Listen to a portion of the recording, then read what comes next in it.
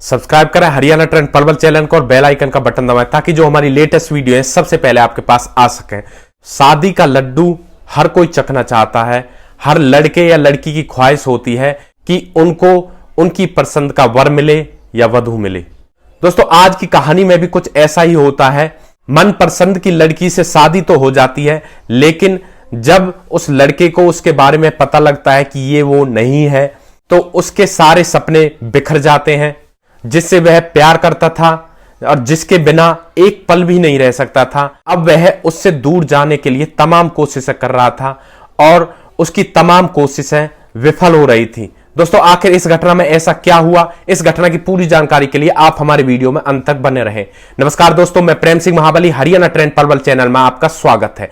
दोस्तों यह जो आज की घटना है यह मध्य प्रदेश के इंदौर की घटना है। दोस्तों मध्य प्रदेश के इंदौर में एक लड़का जो MBBS डॉक्टर था, जिसकी अभी तक शादी भी नहीं हुई थी, वह रोजमर्रा की तरह अपने मरीजों को देखा करता था, यानी उनका इलाज किया करता था। दोस्तों एक दिन अचानक ही उसके केबिन में एक बहुत ही खूबसूरत लड़की आ जाती है, जिसे देखकर वह उस पर मोहित हो जाता है और वह उससे पूछता है कि वह क्या कर रही है। तब वह लड़की बताती है कि वह MBBS की ट्रेनिंग लेने के लिए यहां पर आई हुई है।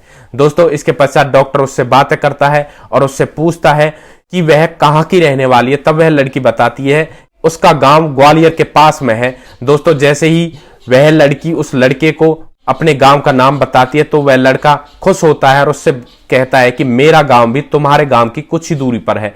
दोस्तों इसके पश्चात उन दोनों में बातें होने लगती है और बातों ही बातों में उन दोनों को धीरे धीरे प्यार हो जाता है और फिर उसके बाद उनकी मुलाकात होने लगती है और इसके पश्चात उनके घर वालों की भी आपस में बातें होने लगती हैं और वे अपने घर वालों से शादी के लिए कहते हैं। दोस्तों दोनों के घर वाले शादी के लिए एग्री हो जाते हैं और वह शादी का दिन आ जाता है। 4 मार्च 2017 को दोनों की शादी होती है और उस शादी में जो उस शहर के प्रसिद्ध लोग होते हैं, गणमान्य लोग होते हैं, वे शामिल होते हैं और वर पक्ष की तरफ से भी लोग शामिल होते हैं और वधू पक्ष की तरफ से भी लोग शामिल होते हैं। बड़ी धूमधाम से शादी होती है, लोग नाचते गाते हैं, खाते पीते हैं और इसके पश्चात वह लड़की दुल्हन बनकर उस डॉक्टर के घर में आ जाती है।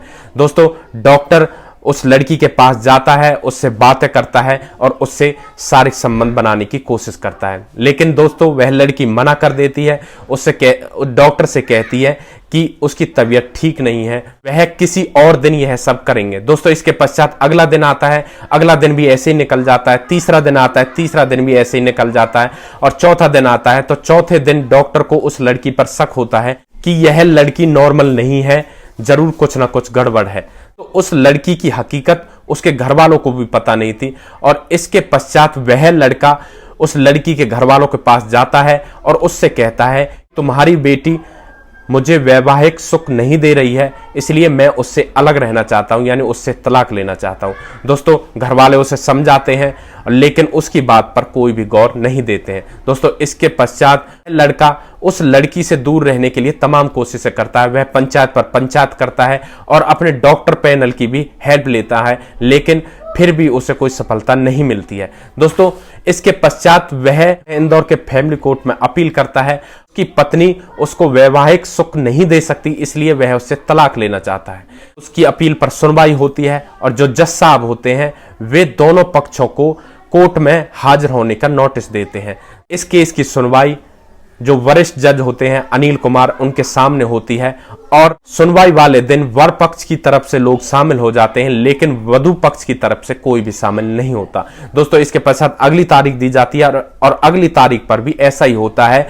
वर पक्ष की तरफ से लोग शामिल हो जाते हैं, लेकिन वधू पक्ष की तरफ से कोई नहीं आता है। इसके पश्चात तारीख पर तारीख मिलती रहती है। वर पक्ष की तरफ से हर वेर लोग शामिल होते हैं, लेकिन वधू पक्ष की तरफ से कोई भी शामिल नहीं होता। इसी तरह से करीब 4-4.5 साल गुजर जाते हैं। इस पर जज साहब को शक हो जाता है कि वधू पक्ष की तरफ से कुछ ना कुछ गड़बड़ है। जज साहब पुलिस को आदेश देते हैं वधू पक्ष की तरफ से किसी न किसी को कोर्ट में पेश किया जाए। दोस्तों इसके पश्चात पुलिस वधू पक्ष के पास जाती है और उस लड़की को कोर्ट में ले आती है। इसके पश्चात लड़की का मेडिकल कराया जाता है और मेडिकल में जो रिपोर्ट निकलकर सामने आती है उसे जानकर सब लोग हैरान हो जाते हैं। मेडिकल रिपोर्ट से पता लगता है कि यह लड़की वाकई में ही वैवाहिक सुख नहीं दे सकती थी और ना ही यह कभी मां बन सकती थी। दोस्तों जज साहब और सभी लोग हैरान थे कि पहली बार कोर्ट में ऐसा केस आया है, एक पति ने वैवाहिक सुख ना देने की अपील कोर्ट में लगाई है और वह उससे तलाक पाना चाहता है। तो मेडिकल रिपोर्ट आने के पश्चात साफ जाहिर हो जाता है कि वह लड़की वैवाहिक सुख नहीं दे सकती थी और ना ही बच्चे पैदा कर सकती थी। दोस्तों, उस लड़की की बनावट को तो भगवान ने लड़की जैसा बनाया था, लेकिन उस लड़की के कुछ बॉडी पार्ट्स पूरे नहीं थे, जिसकी वजह से वह कभी मां नहीं बन सकती थी। दोस्तों, जज साहब उन्हें अलग रहने के आदेश दे देते हैं और इसके पश्चात वे दोनों एक दूसरे से अलग हो जाते हैं। दोस्तों, इस मामले में उस लड़की ने उस लड़के को धोखा दिया था। हालांकि उस लड़की के घर वालों को इस हकीकत के बारे में पता नहीं था, लेकिन लड़की सब कुछ जानती थी और सब कुछ जानते हुए भी वह लड़की उस लड़के से शादी करती है। दोस्तों, उस लड़की ने लड़की बनी रहने के लिए सर्जरी भी करवाई थी, लेकिन उससे भी उसको कोई फायदा नहीं हुआ था। दोस्तों, इस कहानी में उस लड़की को कोई सजा मिलनी चाहिए या नहीं मिलनी चाहिए, उस लड़की की भी पूरी जिंदगी है।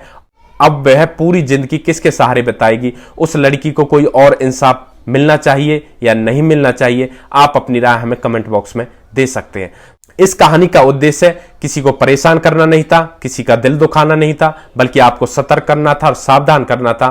दोस्तों, इस तरह के वीडियो हम आपके सामने इसलिए लेकर आते हैं ताकि इनसे आपको कोई सीख मिल सके और भविष्य में इस तरह की घटना होने से पहले ही आप सावधान हो सके। अगर आप लोगों को हमारे वीडियोस अच्छे लग रहे हैं तो हमारे वीडियो को ज्यादा से ज्यादा शेयर करें और जो हमारा चैनल है हरियाणा ट्रेंड पलवल, उसको सब्सक्राइब करें ताकि हमें भी आगे बढ़ने का मौका मिल सके और आप लोगों का आशीर्वाद हमारे साथ बना रहे।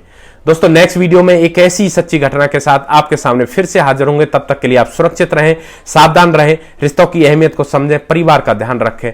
जय हिंद, जय भारत।